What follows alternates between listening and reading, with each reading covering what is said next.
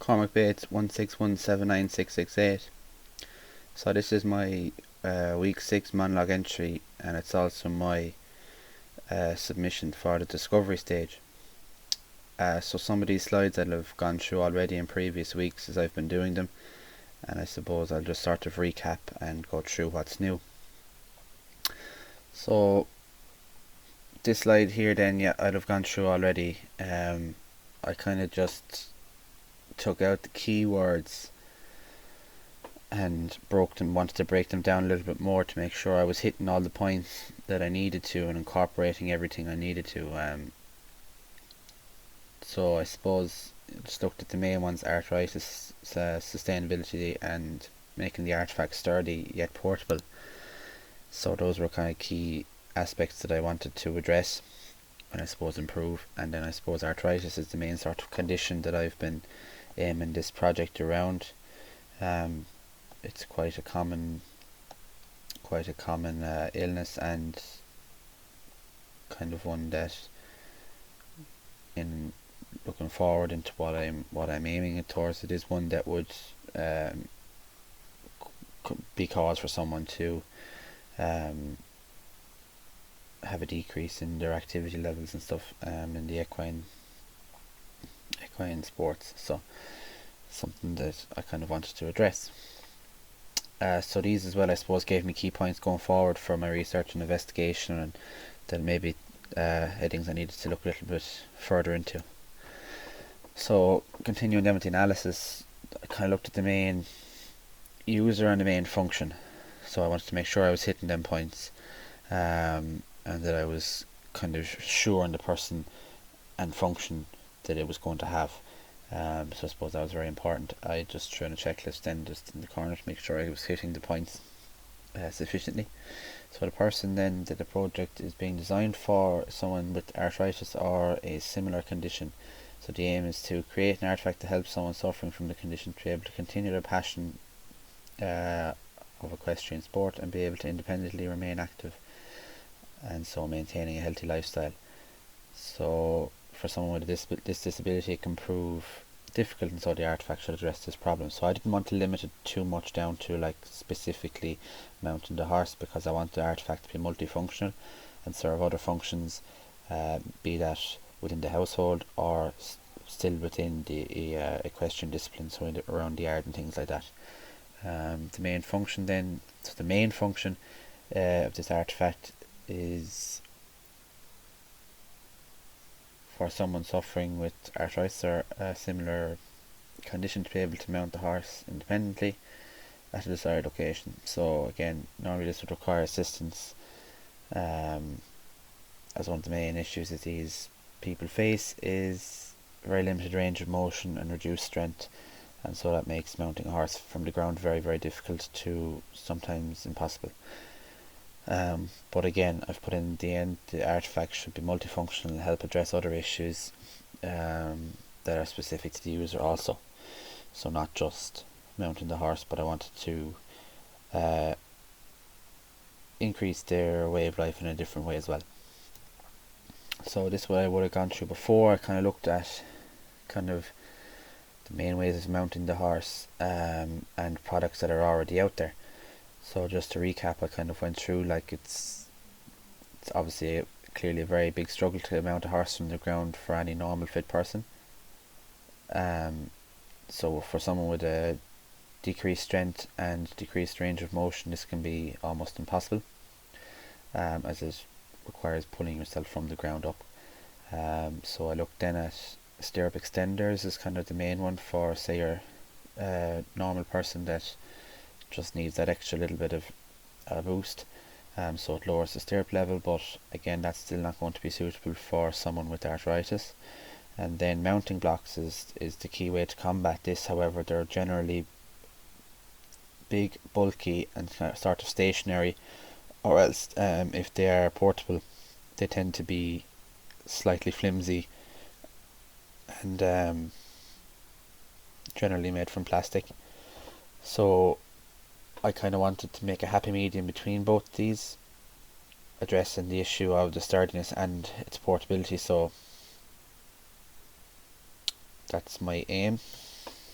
I looked up then, sort of wanted to look at the common ways of dealing with arthritis outside, or common ways that people with arthritis can combat the disease. So just having a quick scan through that, um, it kind of goes on to say that some of the key ways of doing this are to lose weight and be more active.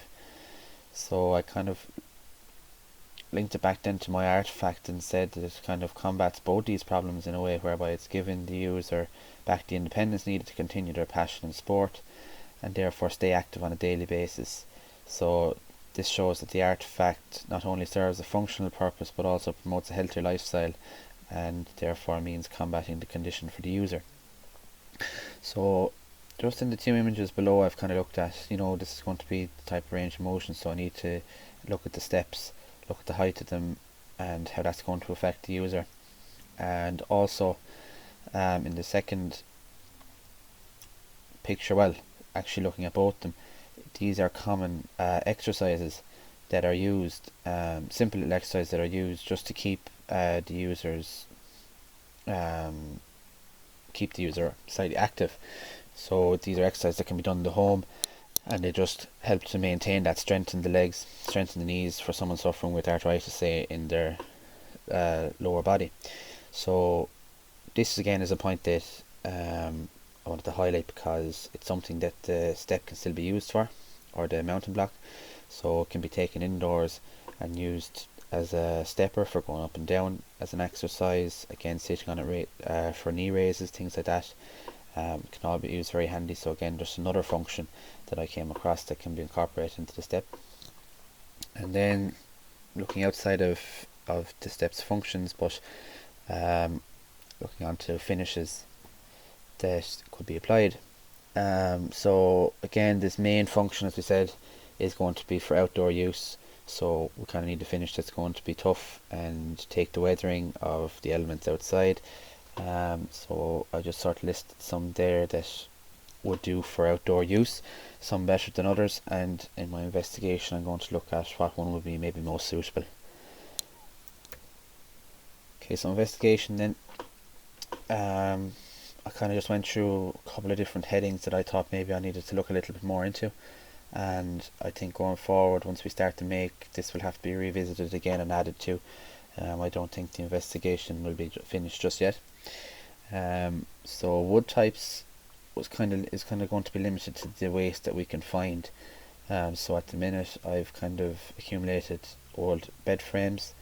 I have a desk that's made from beech, an old school type desk, and also I have pine chairs. So kind of want to keep like with like in terms of hardwoods and softwoods. It's looking that the artifact will be made from mainly pine.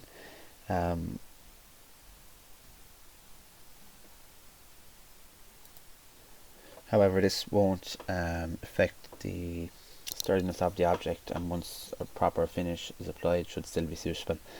So then I kind of wanted to just take a step back and look at what is arthritis, so that just to make sure I'm hitting all of the main points so I kind of just gathered that it's can be moderate to severe, so maybe this artifact will be suitable for some but not all levels of severity in the case of arthritis, and also that the range of motion and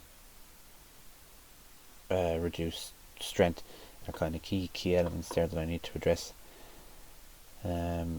Dimensions then, so I suppose once again we're kind of limited with dimensions to a certain size, and to sort of make my artifact within these constraints, I'm going to make the front part retractable, so it's either going to be on a slider, an upcycle slider, or will be just used as a sort of tongue and groove slider.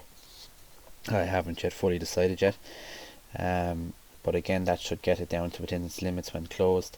And height then, I was kind of looking at maybe 500 to 600 high, because just to get them that extra like lift off the ground, that extra bit of height, dependent on the size of the horse.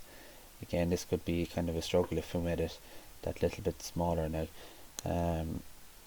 as the reduced range of motion still requires to lift the leg into the stirrup and push from the stirrup up. So kind of want to make sure I stay with or I add on a little bit extra than what would say normally be done. And again, just a small checklist in the corner.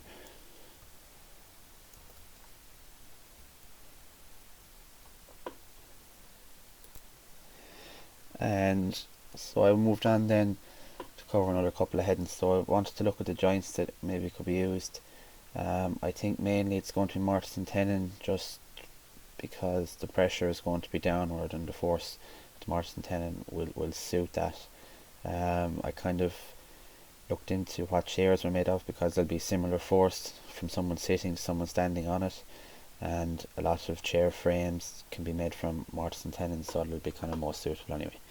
I suppose looking at the boards along the top, it'll just be mainly screws and glue.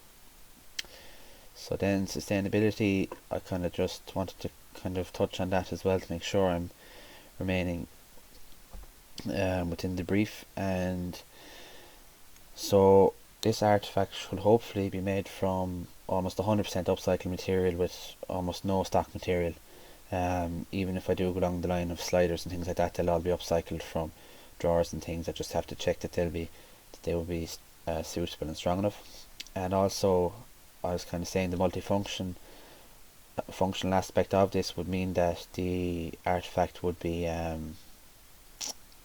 serve other purposes also. So even if someone was or had no longer any use for it in the equine discipline, it could still be used indoors for, as we said earlier, exercises or steps to reaching high shelves or things like that.